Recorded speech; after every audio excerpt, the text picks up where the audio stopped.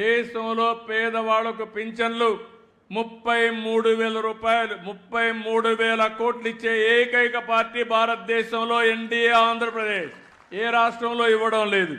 కనీసం ఒక్కొక్క ఇంటికి 48,000 రూపాయలు సంవత్సరానికి ఇంకా ఎక్కువ వచ్చే అవకాశాలు క్రియేట్ చేశామని చెప్పి కూడా నేను మీకు తెలియజేస్తున్నా. ఇంకో పక్క మీరందరూ చూస్తే ఎవరైనా చనిపోతే ఎక్స్గ్రేషియా 10 లక్షల రూపాయలు ఇస్తున్నాం. ఇంకా కొంతమంది ఉన్నారంటే వాళ్ళందరికీ కూడా క్లియర్ చేస్తాం. అదే మరి లీటర్ డీజిల్కి 9 రూపాయలు సబ్సిడీ ఇస్తున్నాం.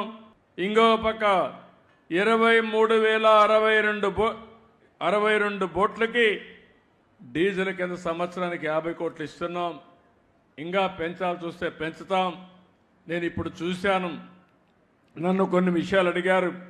అవన్నీ మీరు చూస్తే ఇవన్నీ కూడా ఆర్గనైజ్డ్గా చేస్తే మీ ఖర్చు తగ్గుతుంది. నేను మా డిపార్ట్మెంట్కి ఆదేశాలు ఇస్తున్నా.